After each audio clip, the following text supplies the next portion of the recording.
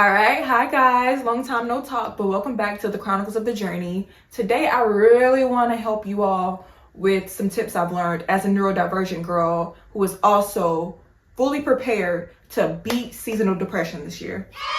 Yeah, and if you also struggle with this, you know how hard it is to stay productive and to stay high in spirits. So first things first, I've learned that vitamins are your friend. When the sun leaves and fall approaches, you're not getting as much vitamin D as you need. And as a Black woman, most of us are already vitamin D deficient. So when the sun leaves, baby, I know me personally, I be in shambles. I always wonder, like, what is going so wrong? What is going so wrong? It's the fact that I'm not getting enough vitamin D. Vitamin D could also be the reason you're suffering from like hair loss or even depression. Speaking of the mental stuff, I would also recommend magnesium, vitamin B, and vitamin C as well, because now that it's getting colder, flu season will be around and that'll keep your immune system up. All of these will really help your immune system, but it also has some neuro benefits. So just because it's winter and just because your skin won't be out as much, please take care of yourself, okay? Still go get your waxes, girl. Still shave your legs. Do your makeup. Still change your hair. Still brush your teeth even when you don't feel like it. Like, still love yourself enough even when you're always covered, even when you're not getting that vitamin D to really boost your mood. With the sun not being around as much and it's cold, people are inside, you need some warmth. That warmth can be activities. There are lots of things to engage in the fall and in the winter. Call your friends, go hang out, do a movie night, plan a picnic, go to a haunted house. Like, the possibilities are endless of what you can do. There are winter activities, but you need to make sure that you are implementing some things to look forward to. That is the key. You still want to pour into yourself even when the sun isn't pouring into you. That is how you're going to fight that seasonal depression. That is how you're going to stay productive. What you put in, you get out. So if you're neurodivergent and prone to seasonal depression, these will help. They will. That's that extra boost you need, girl. Now, as a neurodivergent person, nobody teaches you how to stay productive, how to work with your brain unless you're taking medication to stay productive. And it is so hard. For so long, I've always thought I was lazy or just incompetent because I struggled to stay on a roll with my productivity. And it really takes a toll on your mental health because you want to do so much, but you end up doing nothing at all because there's so much that you want to do, and it's always like endless thoughts and scenarios in your head, and it's exhausting. It's literally exhausting, and you end up being like an all or nothing type of person. Like, sometimes you're extremely productive, and other times you're not doing anything at all because the thought of being productive is exhausting. What I've learned is that it's not really the matter of us being lazy. It's the fact that we need plenty of things to stimulate our brain. One thing isn't enough.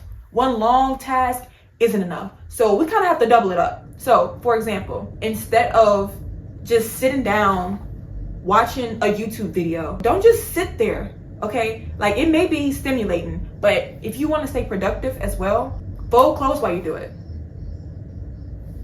Wash out your face while you do it. Stretch while you do it. Hear me out. The trick is to double up on the stimulus. Like, one thing just isn't enough. You're gonna get bored, you're gonna get unmotivated, because that's just the thing. As a neurodivergent person, I'm moody. I'm extremely moody. What I didn't understand for so long is that feelings come and go, moods come and go. They're always gonna change. And it's not always easy to fight through feeling unmotivated, but there are also ways around that too. Another trick that I've learned is that when I think about something, before that, those other thoughts connect to that, like, if I do this, I can't do this. This is gonna take this long, and I don't really feel like doing that, so maybe I should. And then you end up doing nothing.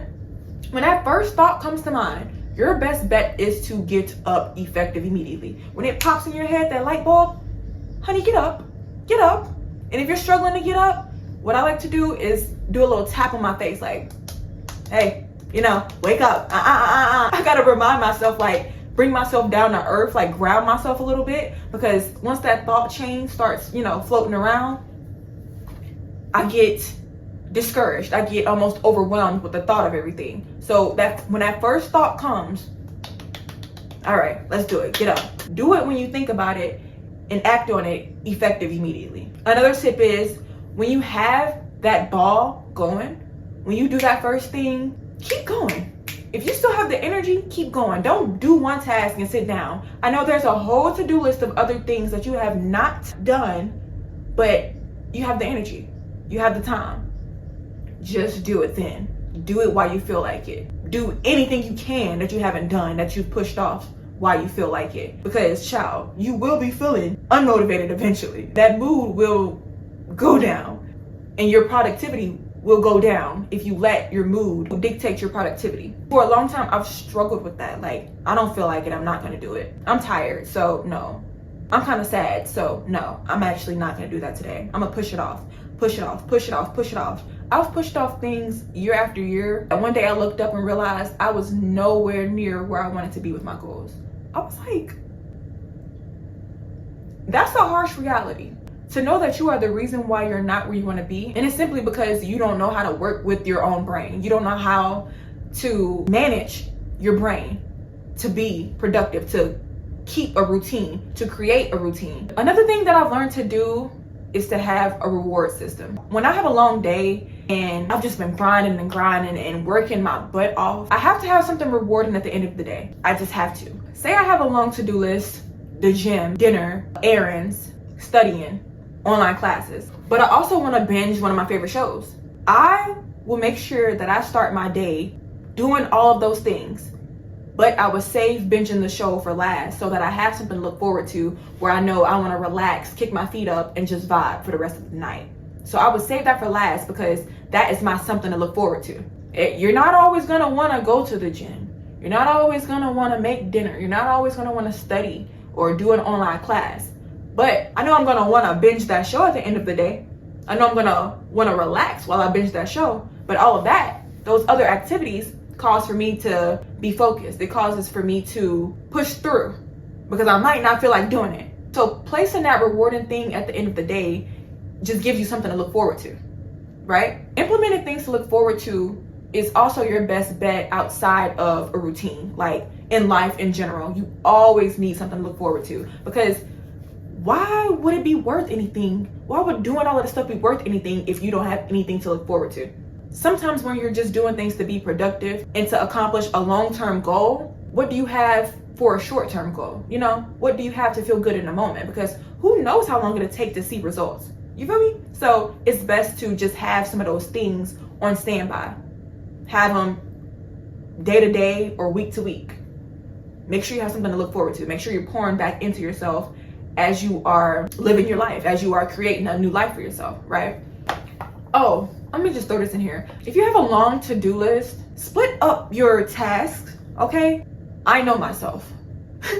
Once I take a shower after the gym, I'm gonna wanna relax for the most part. Before I hit the gym, I prep dinner. I chop up the onions, bell peppers, I season my chicken or whatever the case may be, and I leave it in the fridge. And I go to the gym, and as soon as I get back in the house, while I still have my shoes on and my clothes on, I wash my hands, and I get back to that dinner. Yeah, I go ahead and put it on the stove or in the oven on low while I get in the shower, so that when I come out, mostly everything is cooked and prepared. So I don't really have to do much. Most of the process is already done because I split it up over time. It is easier to break up the tasks, you know? Do part of the task if it's a large task. Do something else with your time. Come back to that task and finish it off. Dibble and dabble. Like literally spread out the task. Split it up into steps. It's a lot, but it's productive. Maybe even exhausting, but you got your stuff done. You got your stuff done, and that's all that matters. And you're rewarding yourself. Double whammy. To all my neurodivergent people, please don't get discouraged because you're not where you want to be, because you're standing in your own way. I've done it for years. That also takes a toll on your mental health. And for anybody that's going through that, I am really sorry, but there are ways around it. And when you know better, you do better. So now that you know better, what will you do with it? What will you do? Stay up during this season, please and thank you. Keep it together, girl. You got this. We got this. And thank you for tuning in, okay? I will see y'all next time. Don't forget to like, comment, and subscribe. Bye.